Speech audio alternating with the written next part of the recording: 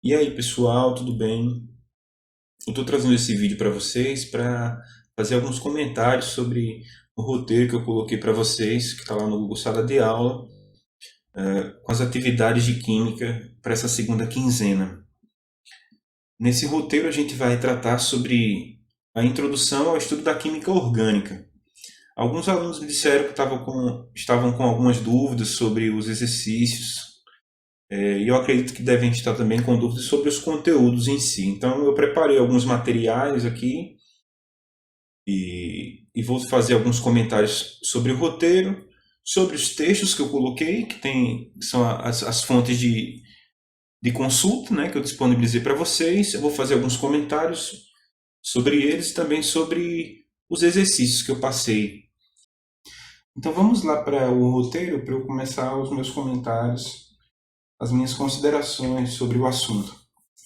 Eu dividi esse roteiro em três partes. E nesse vídeo eu vou fazer um comentário sobre a primeira parte, que trata da história da química orgânica, as origens. Então, a primeira coisa a se fazer é a leitura do texto 1, que está disponível lá como anexo da atividade no Google Sala de Aula. Eu vou colocar aqui o texto 1, fazer um comentário geral sobre esse texto, porque é importante que você faça essa leitura, então não deixe de fazer a leitura. Baixe o texto lá no Google Sala de Aula para você ter essa experiência aqui dos detalhes, né, desse conteúdo. Então, o texto fala basicamente dos primórdios da química orgânica, as origens, então como que se iniciou esse, esse estudo e mais além ele comenta sobre desde quando a humanidade começou a utilizar, a manipular esses compostos orgânicos. Então ele fala basicamente que desde os primórdios, né, das épocas mais remotas aí da antiguidade, o homem já utilizava substâncias orgânicas, mas somente no final do século XVIII e século XIX é que os químicos começaram a se dedicar ao estudo das substâncias que eram encontradas em organismos vivos. Como que era feito esse estudo? Eles isolavam, extraíam substâncias para aprimorar os conhecimentos em relação a esse tipo de composto, esse tipo de composto, né? Que eles chamavam de compostos orgânicos. Eles logo perceberam que havia uma diferença, uma distinção entre as propriedades desses compostos que estavam presentes em organismos, esses compostos que eles chamavam de orgânicos, e aqueles que eram produzidos a partir de minerais, que passaram a ser chamados de compostos inorgânicos. Então, a origem do termo orgânico vem disso, vem de organismos. Então, os compostos chamados orgânicos, isso nessa época aqui, né, século XVIII, século XIX, existia essa distinção e esse conceito. Composto orgânico era aquele que estava presente nos organismos, que era produzido por organismos vivos, enquanto compostos inorgânicos eram aqueles que formavam a matéria sem vida, a matéria inanimada, chamada inanimada. E existia uma teoria nessa época que era chamada teoria da força vital, que foi proposta por Berzelius. O que é que essa teoria dizia? Que os compostos orgânicos só podiam ser produzidos por organismos vivos. Acreditava-se que eles eram possuidores dessa força vital. Então, a vida que o organismo tinha, acreditava-se que ela estava associada a, ao tipo de substância que formava esse tipo de organismo.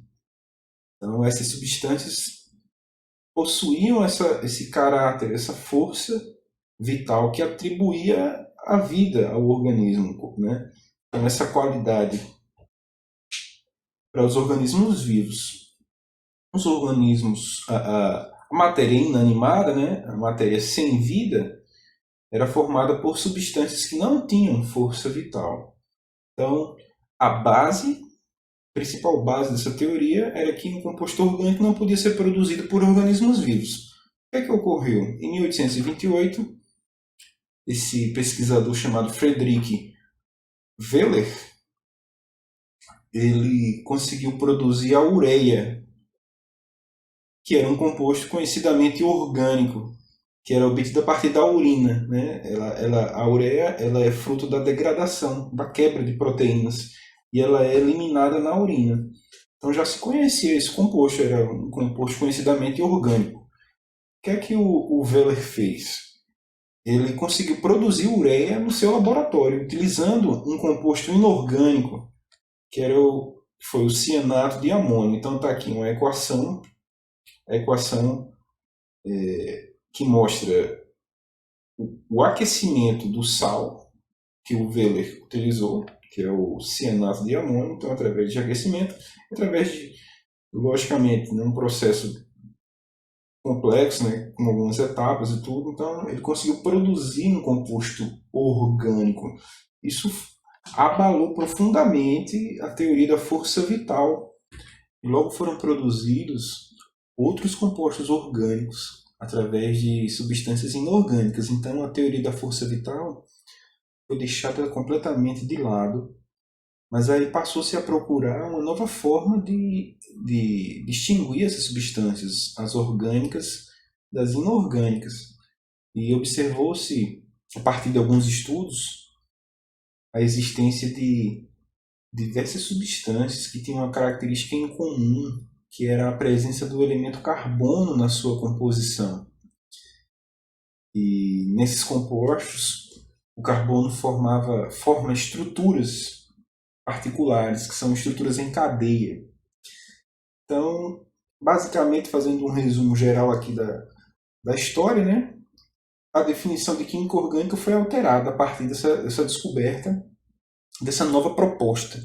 Então, o composto orgânico hoje é todo aquele composto, toda aquela substância que apresenta o elemento químico carbono na sua composição. Ponto final. Existem algumas exceções, que são essas substâncias aqui, o diamante, a grafita, que é o grafite, que a gente conhece, o monóxido de carbono, dióxido de carbono, que é o CO2, o CO, né? Os carbonatos também, que são sais, né, que contêm o ânion CO3. Então, fora essas exceções, toda substância que tem o átomo de carbono na sua estrutura é considerado um composto orgânico. Então, a química orgânica é a química que estuda os compostos do elemento químico carbono, simples assim. E essa é a definição atual de química orgânica. Está aqui, ó, que é um ramo da química que estuda os compostos do elemento carbono com propriedades características. Então, uma dessas propriedades é aquela que eu falei, que é a existência das cadeias carbônicas, né? Que é uma das responsáveis pela existência de um número enorme de compostos orgânicos diferentes. E sobre isso a gente tem aqui, nessa tabela, como vem aumentando o número de compostos orgânicos conhecidos ao longo do tempo. Então, em 1880 eram conhecidos apenas 12 mil compostos orgânicos. Na década de 90, esse número passou para 7 milhões de compostos, e hoje em dia são conhecidos mais de 19 milhões de substâncias orgânicas. Então, existe uma área da química que chama a área de síntese orgânica, que é responsável pela produção de novos compostos, né? Assim como o Wöhler produziu aqui a ureia, né? Esse composto orgânico, ele sintetizou a ureia. Ainda hoje, os químicos a cada dia produzem novos compostos, e esse número vem aumentando, esse número de compostos orgânicos conhecidos vem aumentando a cada dia mais. E concluindo o texto 1, aqui nessa segunda parte ele comenta sobre comenta que os compostos orgânicos estão presentes em todos os seres vivos, né? Em nosso organismo. Existem mais de 60% em massa de compostos orgânicos, isso é muito interessante, na forma de proteínas, lipídios, carboidratos. Então, são moléculas que desempenham funções importantíssimas no nosso organismo. Todas elas são formadas por carbono, né? Então, tem estruturas, né, de carbono na sua composição. Mas não apenas esses compostos que estão no nosso organismo, proteínas, carboidratos, ou a glicose, né, no caso a celulose, né, no caso das plantas, a glicose também, que é um carboidrato. Então, além desses compostos que estão no nosso organismo, existem compostos sintéticos que são produzidos pelo homem também em laboratório, como o caso dos plásticos. Então, os plásticos também são compostos orgânicos, porque são formados pelo elemento carbono, estruturas de carbono, né? Não apenas o carbono, mas também outros elementos químicos estão presentes nos compostos orgânicos que a gente vai ver, mas principalmente o átomo de carbono. O composto orgânico é aquele que tem carbono na sua composição, certo? Então a gente vai voltar aqui no roteiro, porque eu indico aqui um videozinho curtinho que fala sobre a síntese da ureia.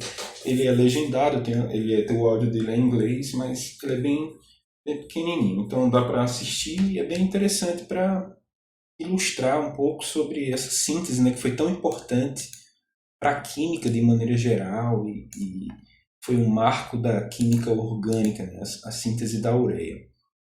E vocês podem pesquisar sobre esse tema, procurar em outras fontes, em livros didáticos, sites, vídeos. Então fiquem à vontade para procurar.